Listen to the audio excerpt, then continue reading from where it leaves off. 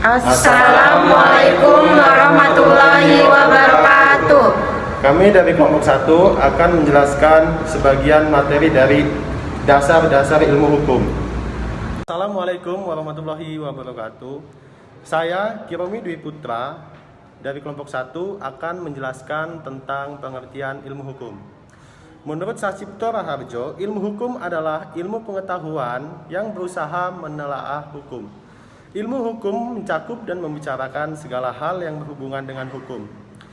Ilmu hukum objeknya ilmu hukum itu sendiri. Demikian luasnya masalah yang dicakup oleh ilmu ini, sehingga sempat memancing pendapat orang untuk mengatakan bahwa batas-batasnya tidak bisa ditentukan.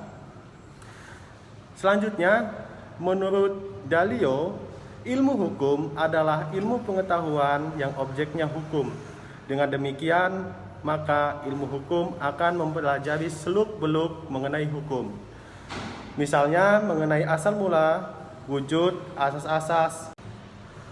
Ya, demikian pengertian ilmu hukum dari saya. Assalamualaikum warahmatullahi wabarakatuh. Saya Regina Putri. Di sini saya akan menjelaskan tentang peran dan fungsi ilmu hukum. Peran dan fungsi ilmu hukum ada 5, yaitu 1. Memperkenalkan segala masalah yang berhubungan dengan hukum. Yang kedua, memperkenalkan ilmu hukum, yaitu pengetahuan yang mempelajari segala seluk-beluk daripada hukum dalam segala bentuk dan manifestasinya. Yang ketiga, berusaha untuk menjelaskan tentang keadaan inti, maksud, dan tujuan dari bagian-bagian yang penting daripada hukum, serta bertalian antara berbagai bagian tersebut dengan ilmu pengetahuan hukum. Yang keempat, merupakan dasar dalam rangka studi hukum. Tanpa mempelajari ilmu hukum secara tuntas, tidak akan memperoleh pengertian yang baik tentang berbagai cabang ilmu hukum. Yang kelima, mengkualifikasikan mata pelajaran, pendahuluan, pembukaan ke arah ilmu pengetahuan hukum pada tingkat persiapan. Terima kasih. Assalamualaikum warahmatullahi wabarakatuh. Nama saya Salsabila. Saya akan menjelaskan tentang tujuan ilmu hukum. Yang pertama, ada teori etis. Menurut teori ini, hukum semata-mata mewujudkan keadilan.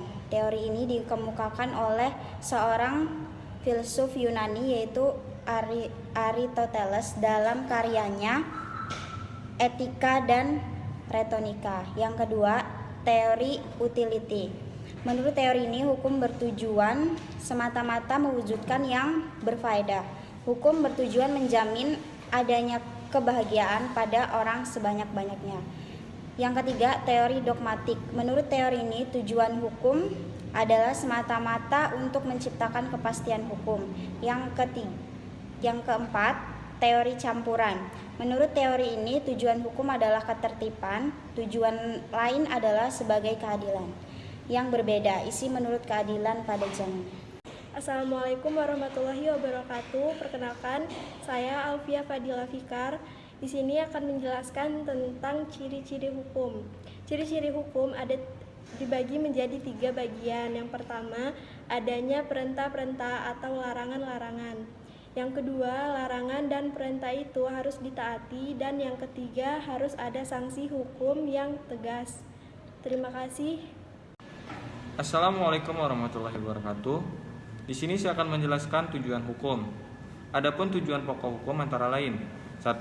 Menciptakan tataan masyarakat yang tertib. 2. Menciptakan keseimbangan dan ketertiban.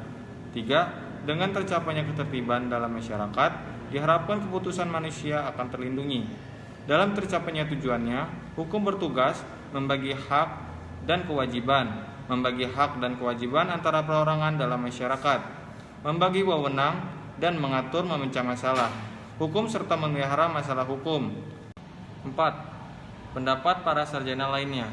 Tujuan hukum adalah untuk kedamaian, keadilan, kebaikan, untuk kepastian hukum.